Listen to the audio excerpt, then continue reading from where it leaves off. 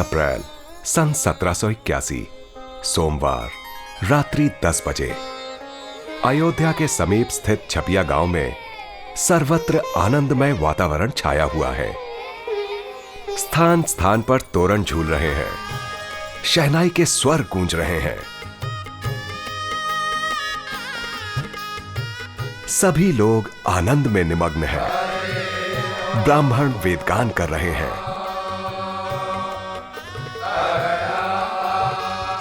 विविध उपहार लेकर सभी धर्मदेव के घर की तरफ जा रहे हैं, क्योंकि भक्ति देवी की कोख से सर्वावतारी भगवान स्वामीनारायण प्रकट हुए हैं। धर्मदेव भी पुत्र जन्म की खुशी में दान देकर सभी लोगों को प्रसन्न कर रहे हैं। महिलाएं तो दर्शन के लिए भीड़ बनाकर खड़ी हैं, क्योंकि बाल प्रभु की मोहक कांति ने सभी का चित्त चुरा लिया है। ये है परब्रह्म श्री स्वामीनारायण भगवान का प्राकट्य स्थान। हाल ही में इस स्थान में एक नयनाभिराम कलात्मक भवन का निर्माण किया गया है। बाल प्रभु के घर के प्रांगण में जहां पर उन्होंने अनेक दिव्य लीलाएं की हैं, वहां भी एक सुंदर मंदिर शोभित हो रहा है।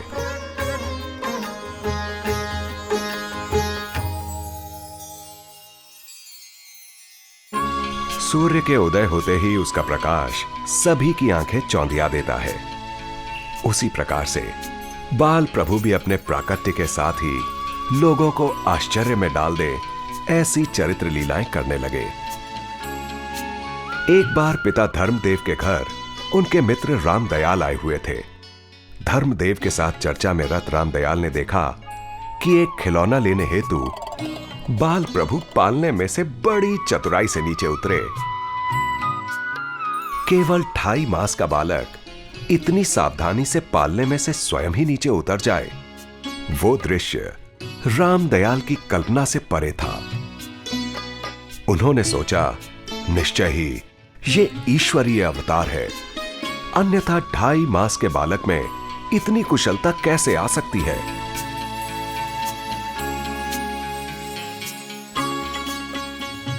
बाल प्रभु ज्यों-ज्यों बड़े होते गए, त्यों-त्यों पिता धर्मदेव जी उनकी वैदिक संस्कार विधि भी कराते गए। 13 जुलाई सन 1781 गुरुवार को बाल प्रभु 3 माह और 12 दिन के हुए, तब उनका नामकरण संस्कार किया गया। उसी दिन मार्कंडेय मुनि ने बाल प्रभु की कुंडली देखकर कहा, बाल प्रभु की जन्म राशि कर्क होने से उनका नाम हरि पड़ेगा। वे सभी का दुख हर के ये नाम सार्थक करेंगे। उनका वर्ण श्याम होने से वे घनश्याम भी कहलाएंगे। हरि और कृष्ण मिलकर हरि कृष्ण नाम से भी पहचाने जाएंगे। ये बालक सर्वश्रेष्ठ बनेगा और अनेक लोगों का कल्याण करेगा।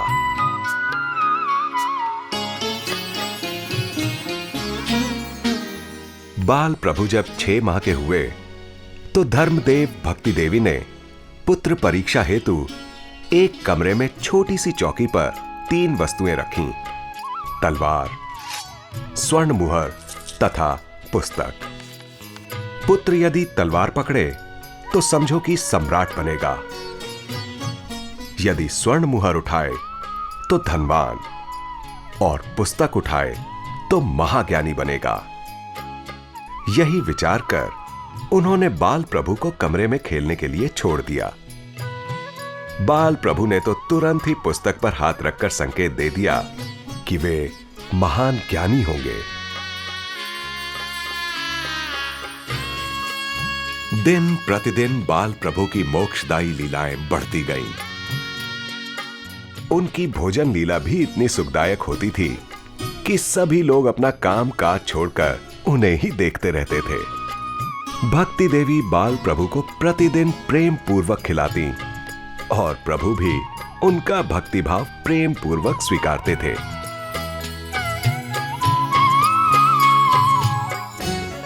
2 अक्टूबर सन 1781 मंगलवार। बाल प्रभु अब 6 महीने के हो गए थे। भक्ति माता ने सोचा कि पुत्र का कर्ण छेदन कराकर उसे आभूषण पहनाऊं। इसके लिए वो गांव के अमई नाई को बुला लाई। घर के बाहर स्थित इमली के वृक्ष के नीचे भक्ति देवी बाल प्रभु को गोद में लेकर बैठ गईं। परंतु ये क्या, नाई जब कान छेदने गया तो बाल प्रभु मां की गोद से अदृश्य हो गए। सभी को वो इमली की डाल पर दिखे। 6 महीने का बालक पल मात्र में वृक्ष के ऊपर किस तरह पहुंच गया? सभी आश्चर्य में पड़ गए। बाल प्रभु के बड़े भ्राता राम प्रताप जी नीचे उतरने के लिए उनसे विनती करने लगे।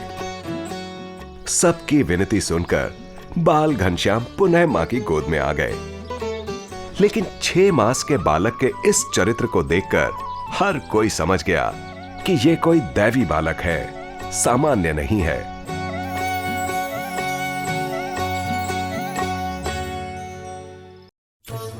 एक दिन बाल घनश्याम खिचड़ी खा रहे थे। मां ने सोचा कि उन्हें दूध भी दे दूं। इसके लिए वे गोमती गाय को दोहने गईं, परंतु दूध की एक बूंद भी ना मिली। वो उदास हो खड़ी थीं कि उसी समय बाल प्रभु हाथ में प्याला लिए हुए वहां आ पहुंचे और गाय के थन के नीचे उसे रखा। घनश्याम के आते ही गोमती के थन से दूध की धारा फूट पड़ी और कुछ ही क्षणों में पूरा प्याला दूध से भर गया। भक्ति देवी आश्चर्यचकित हो उसे देख रही थी। उन्होंने सोचा, पशु और प्रकृति भी इस बालक की सेवा में सदैव तत्पर है। अवश्य ही ये प्रतापी पुत्र है। बाल प्रभु ने जिस स्थान पर यह चमत्कार दिखाया था, उसी स्थान पर स्मृति के रूप में यह छतरी शोभायमान है।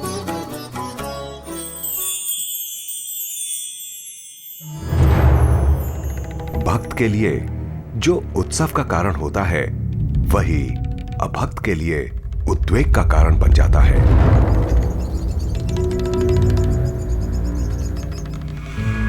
बाल प्रभु की दिव्यता से कालीदत्त नामक असुर ईर्ष्याग्नि से जल उठा था। उसने बाल प्रभु को मार डालने का षड्यंत्र रचा। एक बार बाल घनश्याम आम के जिस पेड़ के नीचे खेल रहे थे, उसी को धराशायी करके उन्हें मार डालने हेतु कालीदत्त ने अपनी मायावी शक्ति से प्रचंड आंधी उत्पन्न कर दी। घनश्याम के साथी तो भयभीत होकर वहां से भागने लगे।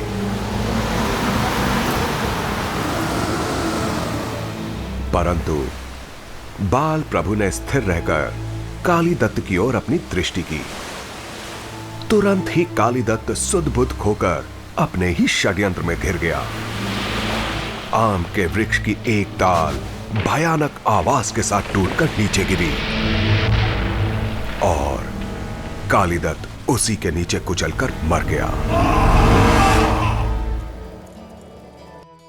बाल घनश्याम ने जिस स्थान पर कालीदत्त का मोक्ष किया था, वहां आज एक स्मृति स्थान की रचना की गई है।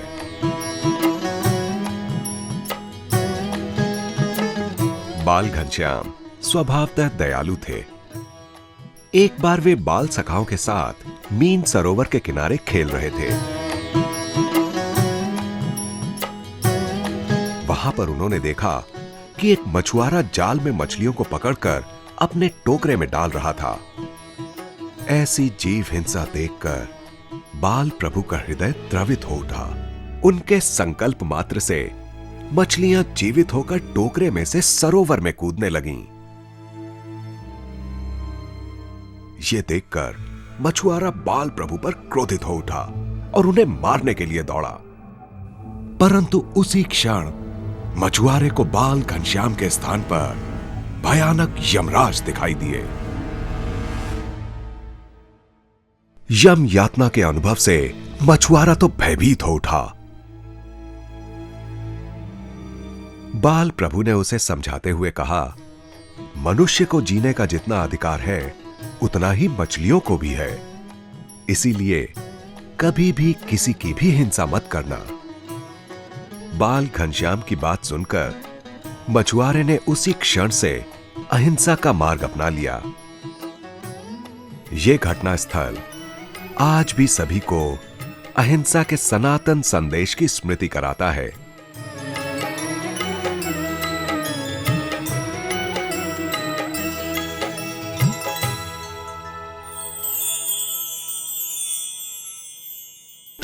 सन 1783-84 बाल घनश्याम जब 3 वर्ष के थे, तब पिता धर्मदेव सपरिवार छपिया से अयोध्या जा बसे।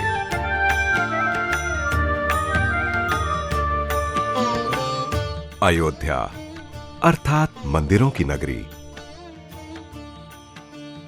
बाल प्रभु को वहां बड़ा आनंद आया। उन्होंने वहां पर स्थित रामघाट, लक्ष्मण घाट, हनुमानगढ़ी तथा कनक भवन आदि पवित्र स्थानों के दर्शन का नित्य क्रम बना लिया। दर्शन के पूर्व वे पवित्र सरयू नीर में स्नान करते और ब्रह्म मुहूर्त में प्रभु स्मरण के साथ प्रार्थना किया करते थे।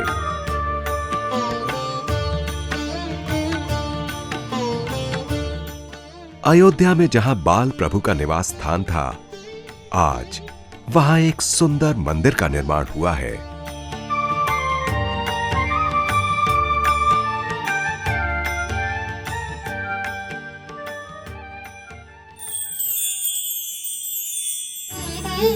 सत्रह अक्टूबर सन 1785 सोमवार। बाल घनश्याम मखोड़ा तीर्थ में आए हुए थे।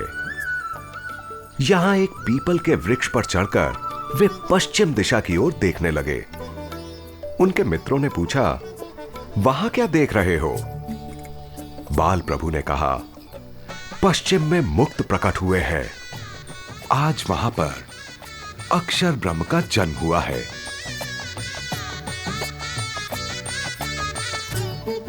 घनश्याम की ऐसी बातें सुनकर सभी को लगा कि यह बालक अवश्य ही योग सिद्ध है।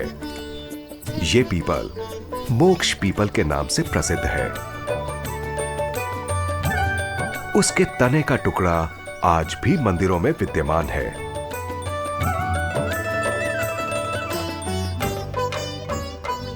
जिस स्थान पर वो पीपल था, वहां इस स्मृति स्थान का निर्माण किया गया है।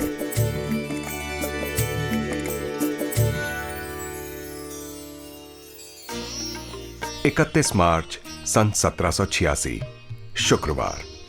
इसी दिन से बाल प्रभु घनश्याम ने विद्या अध्ययन प्रारंभ किया। अयोध्या के विद्वान पंडित हृदयाराम घनश्याम के विद्या गुरु बने। उन्होंने बालक घनश्याम को भूगोल, खगोल, गणित, ज्योतिष तथा पुराण आदि शास्त्रों का अध्ययन कराना शुरू कर दिया। बड़ी ही एकाग्रता से बाल घनश्याम शास्त्रों के रहस्यों को आत्मसात करने लगे।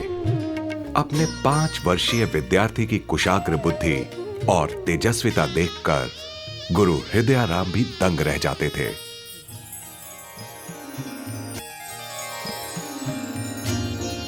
बाल घनश्याम विद्या व्यासंगी थे, इसीलिए उन्हें शास्त्र कथाएं सुनना बहुत अच्छा लगता था।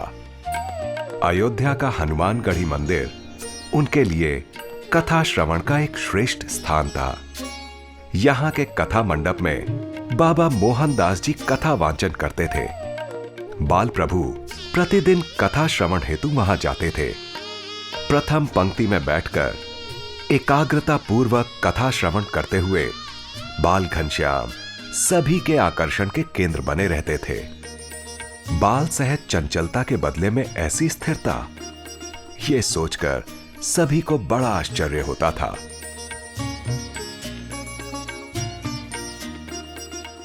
यह है प्राचीन हनुमानगढ़ी मंदिर, जिसके कथा मंडप में बाल घनश्याम नित्य कथा श्रवण के लिए आया करते थे।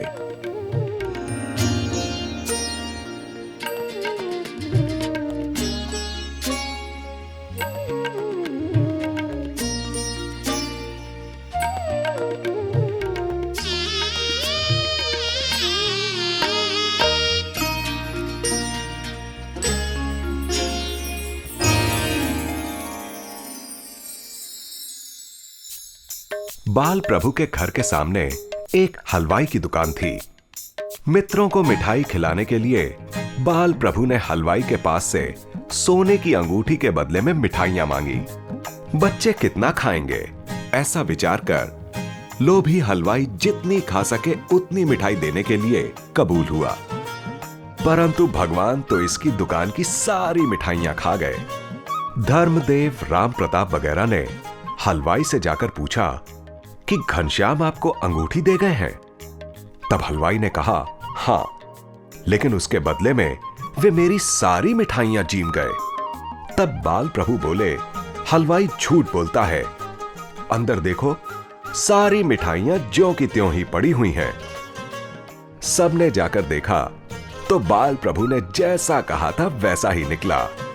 खेल खेल में ही सही, बाल प्रभु अपनी लीलाओं से बड़ों को भी प्रामाणिक जीवन का बोध दे देते थे।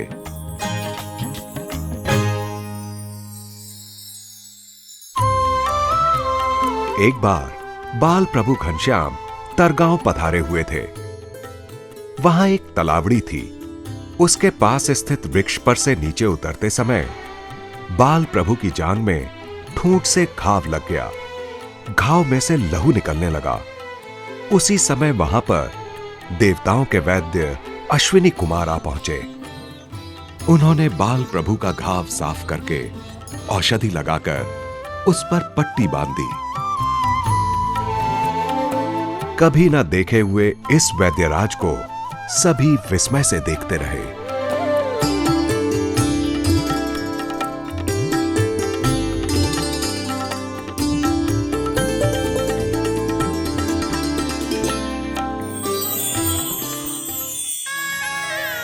सात मार्च सन 1789 शनिवार। धर्मदेव का घर देवलोक की भांति शोभायमान था। मंत्रोच्चार करते ब्राह्मण यज्ञ की वेदी में अग्निदेव का आह्वान कर रहे थे।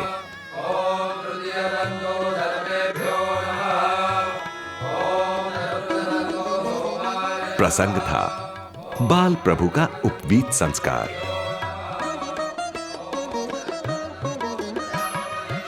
यज्ञोपवीत धारण करके बाल प्रभु बटुक वेश में शोभायमान थे।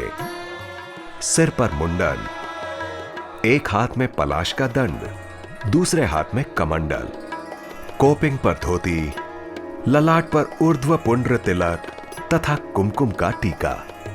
जन्म से परे प्रभु आज द्विज बने हुए थे। परंपरा अनुसार बाल प्रभु काशी की तरफ पढ़ने दौड़े। ऐसे दौड़े कि सबको लगा कि कभी वापस नहीं आएंगे। परंतु वशराम मामा की विनती से बाल प्रभु पुनः घर पधारे। ब्राह्मणों को दान देकर एवं सभी को भोजन करवाकर धर्मदेव ने इस प्रसंग का समापन किया।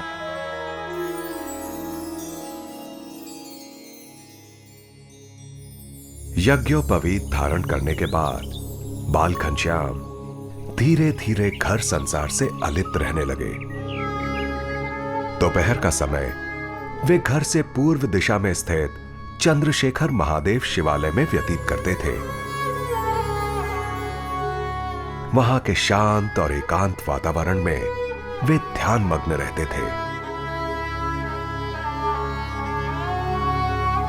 ब्रह्मचर्य व्रत के दृढ़ पालन हेतु यहां पर भी वे गोरख आसन में ही योग निद्रा धारण करते थे।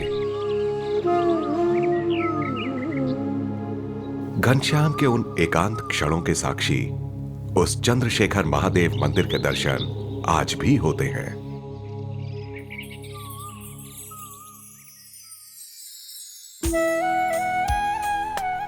सन 1791 10 वर्षीय बाल प्रभु धर्म पिता के साथ काशी पधारे। काशी यानी विद्वत नगरी, मंदिरों की नगरी।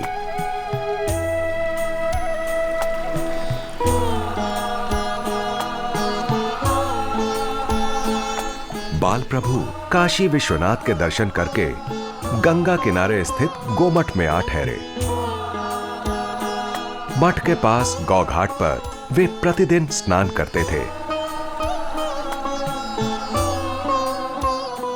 एक बार काशी के पंडितों के बीच शंकराचार्य प्रणीत अद्वैत मत तथा रामानुजाचार्य प्रणीत विशिष्टाद्वैत मत के विषय पर शास्त्रार्थ आयोजित किया गया।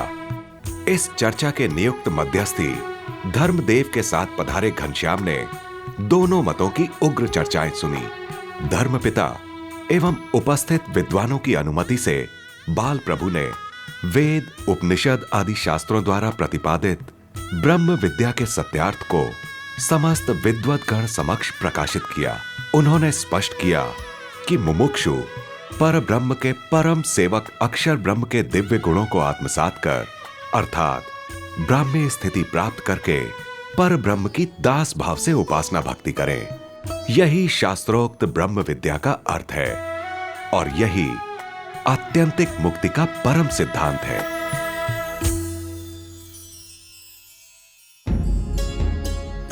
8 जून सन 1792 शुक्रवार। इस दिन धर्मदेव के घर का वातावरण शोकमय था। धर्मदेव जी के सबसे बड़े पुत्र राम प्रताप जी के मुख पर उदासी छाई हुई थी। सबसे छोटे पुत्र इच्छाराम के मुख पर चिंता की ऐसी रेखाएं थीं जो किसी अमंगल का संकेत दे रही थीं। दूर बैठी हुई सुवासिनी भाभी के मुख पर भी व्यग्रता छाई हुई थी। बाल प्रभु दीपक के प्रकाश में प्रार्थनामय हृदय से शास्त्र का पाठ कर रहे थे। आनंद के लोल से सदैव गूंजता धर्म सदन आज स्तब्ध था, क्योंकि भक्ति माता के अंतर्धान होने के बाद आज धर्मदेव मरणासन थे। मृत्युशैया पर से वो अपने पुत्रों से कह रहे थे, इस घनश्याम प्रभु को पहचान लो, उनमें मनुष्य भाव मत लाना, वे साक्षात भगवान हैं। इतना कहकर धर्मदेव जी ने अंतिम श्वास लिया। उस समय उनकी उम्र थी 52 वर्ष। अपने संबंध से बाल प्रभु ने धर्मदेव जी को दिव्य गति प्रदान की।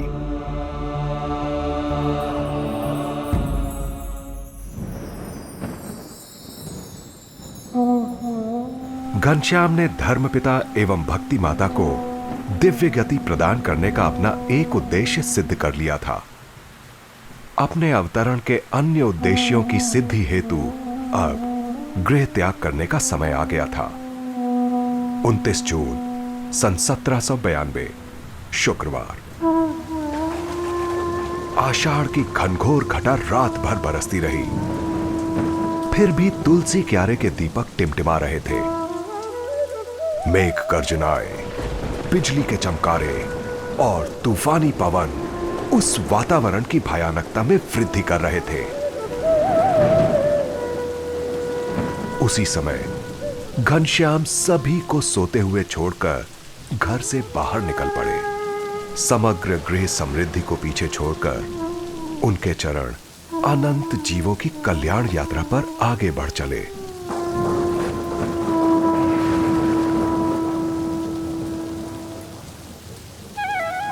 ललाट में ऊर्ध्व पुंड्र तिलक, सिर पर जैसे जटा का मुकुट, वस्त्र के नाम पर कोपीन, एक हाथ में कमंडल और छन्नी, दूसरे हाथ में पलाश दंड, गले में तुलसी की 2 लड़ियों की कंठी के साथ शालिग्राम का बटुआ, कंधे पर सत शास्त्रों के सार रूप एक गुटका। ये था घनश्याम का नया बाल योगी स्वरूप, जो अब नीलकंठ वर्णी के नाम से पहचाने जाने वाला था।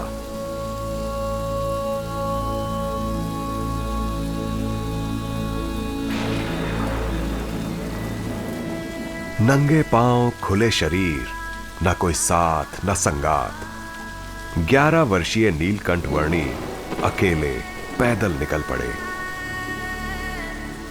गृह त्याग के इस घटना के साथ ही प्रारंभ हुई विश्व विक्रमी कल्याण यात्रा।